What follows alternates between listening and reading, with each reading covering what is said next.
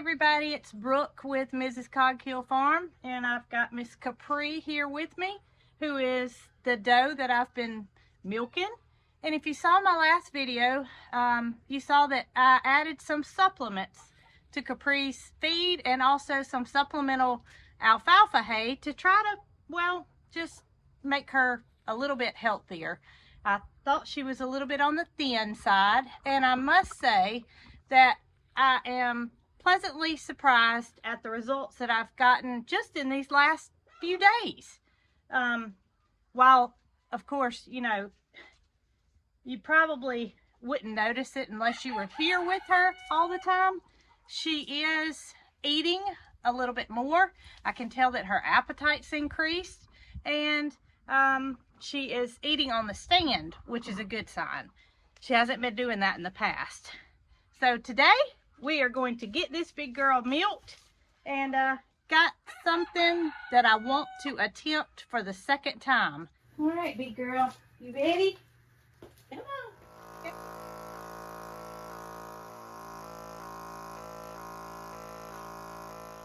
All right, so we are done with the milking process, and I always dip her teats at the end to make sure that they don't have any bacteria that can get inside of them. It's okay if it spills. And then I use the Molly's Herbals. There's Sylvester. He found his milk. Molly's Herbals, and I just rub her teats to make sure they don't get chapped. You're such a good girl. Yes, you are. You get a cookie or two. Yeah, you're a good girl. Yeah, okay. 2 cookies? All right, come on, girl. Y'all see Sylvester? He's finishing up his last little bit of milk. He doesn't get very much, but he appreciates it, and it's just a little dab, and it's not going to hurt him. Goat's milk is totally different than cow's milk.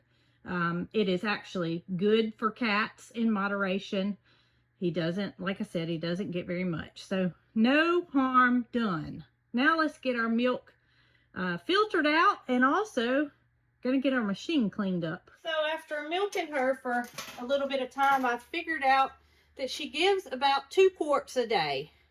Now sometimes it's a little bit more, but I decided that using glass jars that hold 2 quarts work out best for me for storage and for filtering, because I don't have to have a second hand to sit here and hold this filter.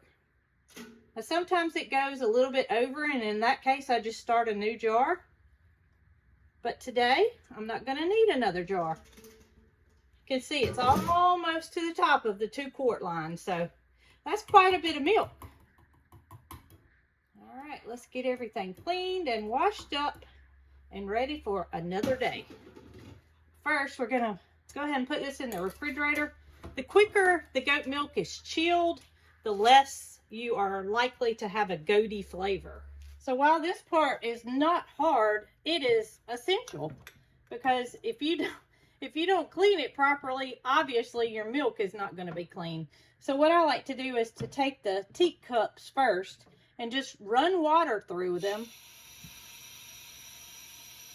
So after I rinse everything out, I have a second bucket here that's filled with solution, which is just Dawn dishwashing liquid and a drop of bleach diluted with, oh, probably about 1.5 gallons of water. And I put my cups in that bucket of solution, turn the pump on, and it will suction all that cleaning solution through the machine. And then at the end, just a final rinse with clean water. Alright, so all the solution has ran through. Gonna release the suction, take the lid off, and get everything a final rinse. And while it's time consuming, it's much easier to me than milk it by hand. So, you know, just whatever works for you. A machine may not work for you because it may be too much time involved in the cleanup process, but it works for me. Good morning, little chickies. How are y'all doing? Yeah, these are the well summers, and these are the most recent chicks that I have added to the brooder. I have 5 of them, and they're all 5 doing well, even though they've decided to hide back behind their water. Let me show y'all these Rhode Island Reds and how big they've gotten. Are y'all ready for this? Look at these ladies. Y'all are growing so fast. Yeah, it's not going to be long, and y'all are going to be outside with the rest of your friends. That's right, you're putting on those beautiful red feathers, and just Bramble's down here talking about it. Y'all, the cats have been with chicks since they were itty bitty, and I've never ever had an issue with the cats trying to get chicks or even messing with the brooder. You don't need to get out, though, that's for sure. You don't need to get out. Y'all want some mealworms this morning? Let's see. Back it up and let's get you some. Got some mealworms for their treat. Usually I put them in their feeder, but I want to get them used to eating out of my hand. It'll just make for a friendlier chick. But since there's 10 of them, if one of them flinches, then the rest of them think, you know, danger's coming.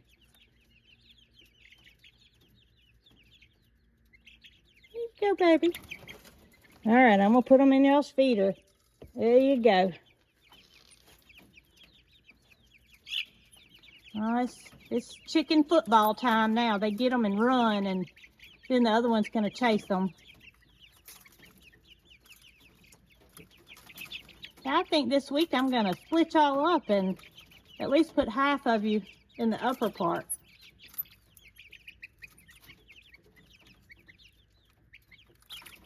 Those are so much better than your feed, aren't they? Morning, Cheese. Y'all, they look so forward to their scratch every day. And we just give them a scoop just to keep them pecking around and keep them happy. But they'd much rather have their scratch than they would their feed. All right, girls, let's see how many eggs we have today. So recently, Jason and I added a second nesting box, which is this one right here. And the girls have pretty equally used them both. 4, 6 in this box, 10, 12, 18, 19 eggs. So my thoughts are, well, I have 19 eggs here today. When those 15 chicks start laying, this time next year I should have 34 eggs a day, and that's great. We have ample space to add more chicks. We have plenty of roosting room, and then if we need to, we can expand the outside perimeter net fencing to double it in size so they can have more ground space. And this is what makes it all worth it. This was in a returned egg carton, and it says, "Thank you for the wonderful eggs. Have a great day."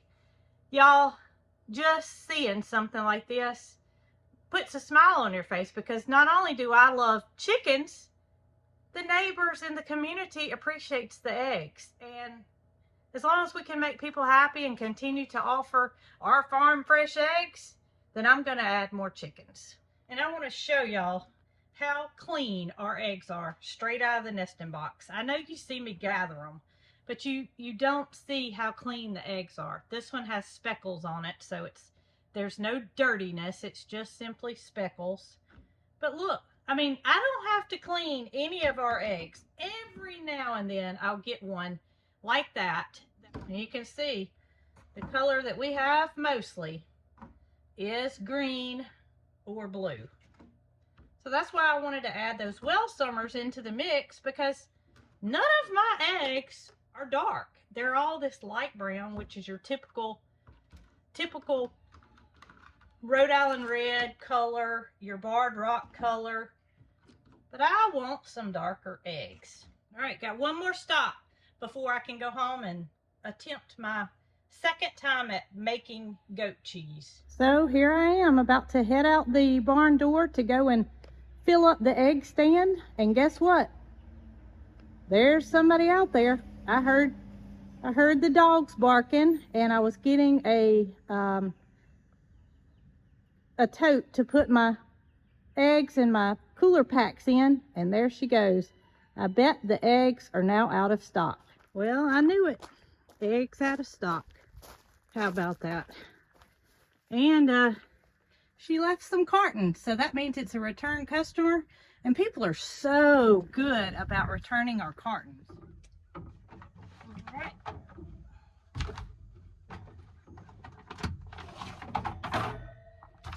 Out with the thawed out and in with the solid.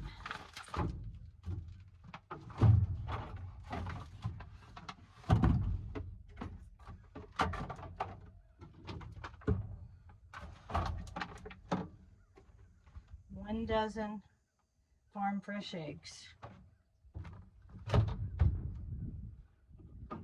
Remember to flip the sign around. There we go. Eggs in stock. So not only do the eggs do well, the honey does well also. We have had 5 bottles out there, or 6 bottles out there this week, and we're down to 1 bottle. So the local community has appreciated having local Cog Hill Farm honey. And coffee. Coffee's out of stock, so we need to replenish coffee as well. We've been a little iffy about putting our freeze-dried candies that Rachel makes out here. It's just a little bit too warm, and I'm scared that the heat might do the best of it. But once it cools off a little bit, we will definitely be putting the freeze-dried candy out here for our community as well, and I'm interested to see if that does well. Well, I am going to attempt to make goat cheese for the 2nd time. The first time that I tried it, something didn't go well. I'm not sure exactly what happened. I did not video the process, but it did not work. It did not set up like it should have, and it wouldn't strain. So I'm attempting to make cheese for the 2nd time, and I'm going to take you guys with me on this trip. The first time I will say that I used vegetable-based rennet, which may have been the problem or it may not have. It just may have been user error on my part as to something I did. But I have ordered and received animal-based rennet, which I'm going to attempt to use with this making of the cheese. So y'all, I'm going to go get my car because I don't think I can carry 3 mason jars. It takes a lot of milk to make cheese, 5 quarts to be exact. So gonna go get my car, take the milk back to the house, and we're going to attempt to make cheese for the 2nd time. So before I go back and get the milk, I wanted to show you guys something, and that is a goat milk recipe book that my friend Laura over at Simply Making It gifted to me many years ago, and I've held on to it, and I've read it from cover to cover, and I've made several things in it, but this is where I'm actually getting the recipe that I'm going to make the cheese with. This is what I used the first time that I did not do something properly, but it's called Goats Produce 2, The Utter Real Thing, and y'all, I recommend this to anybody that has goat milk and wants to experiment with making different things. Everything I've tried in here has been wonderful, from hot fudge sauce to coconut pie to chocolate pudding, and then hopefully now cheese. But the list goes on. I mean, there's ice cream, there's sherbets, there's caramel, everything in here you could possibly want. Plus, if you don't want to cook anything that pertains to goat cheese, there's all kind of different literature that will show you about different things, and I'm just interested in the whole shebang. So this book has came in very handy to me. Of course, we're not sponsored by them in any way. I just like to help people, and if that's your thing, then you need this book. All right, so I'm showing y'all every step of the way in case this doesn't turn out and you can tell me what I did wrong. So I have 1/3 cup of cool water, and I have my rennet here. Now, what I'm supposed to do is add 3 drops of this rennet to the cool water, and that way it makes diluted rennet. So here we go. 1, 2, 3. All right, 3 drops of diluted rennet. I'm going to stir this around. And I have my 5 quarts of milk. So my recipe is 5 quarts of whole goat milk, a half a cup of cultured buttermilk, and then 2 tablespoons of diluted rennet. But first, we have to do our goat milk.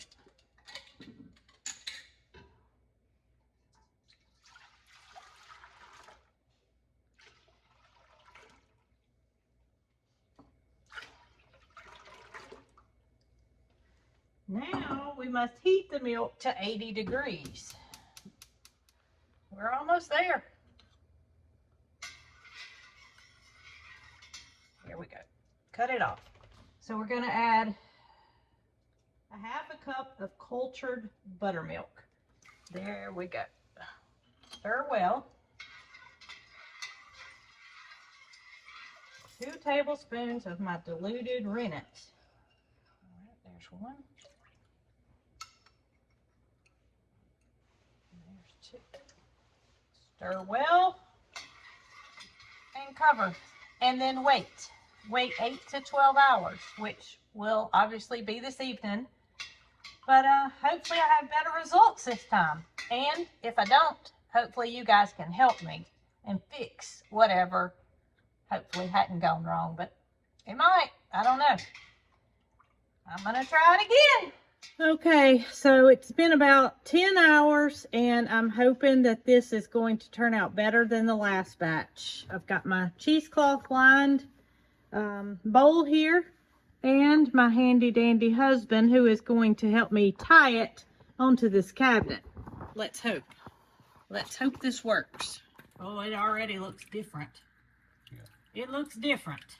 I don't know if this is what it's supposed to look like, but it looks different. So last time we used zip ties to kind of seal it off before we tied it. And have a feeling we're going to have to do that this time as well. This time, last time, all the liquid had already drained out. Yeah, put your zip on it right there. So you think we're doing better? Yeah.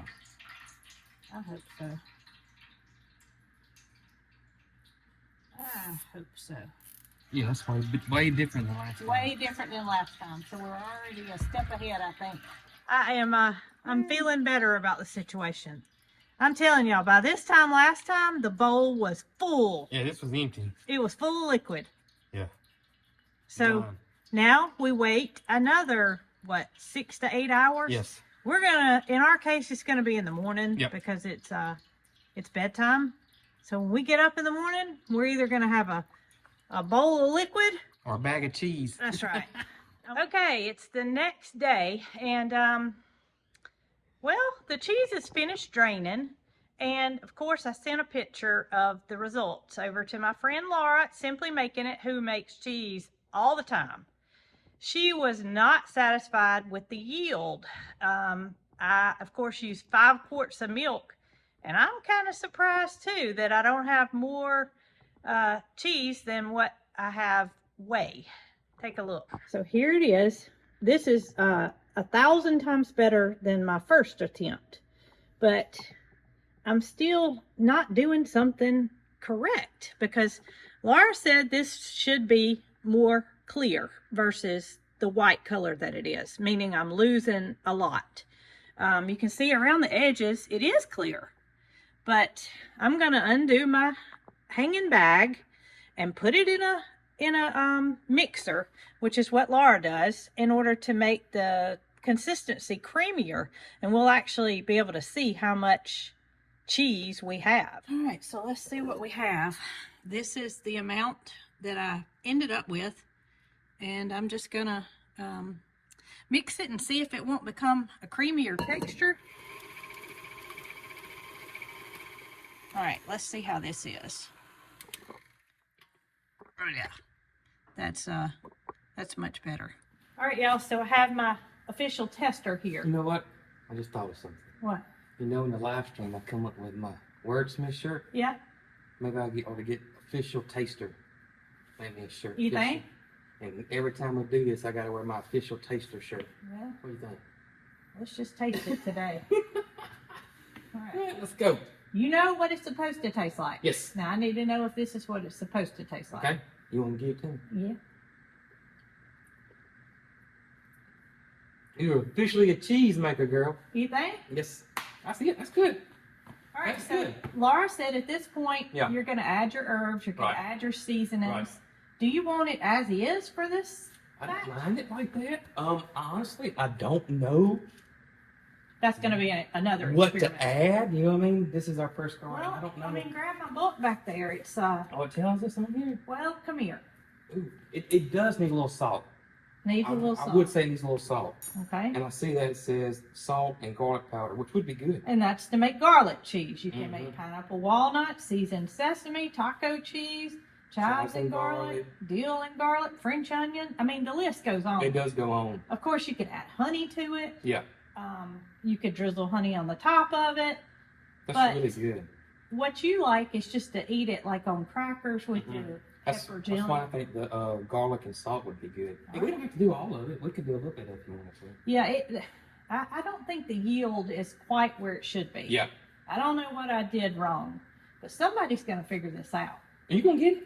Well, I mean, I've already one step closer than I was last time. So the next time it's gonna be double the yield. Well, I mean, if it is, it is. If it's not, I'm going to keep on practicing. Well, It's good. I would just season it to taste. I'm going to let you do that. Okay.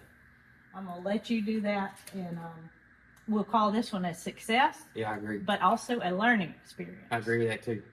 All right. So I told Brooke I gotta do the ultimate test. So I just put some of her goat cheese on here, on a Ritz cracker, along with her pepper jelly. Y'all ready?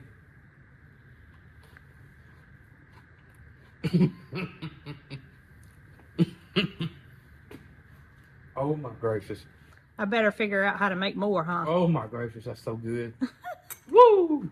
Where'd that pack of crackers go? Well, y'all, I appreciate everyone watching, and I hope I get some good tips on what I can do differently next time. And I'll keep you updated on Capri's improvements and my cheese improvements. Y'all be good.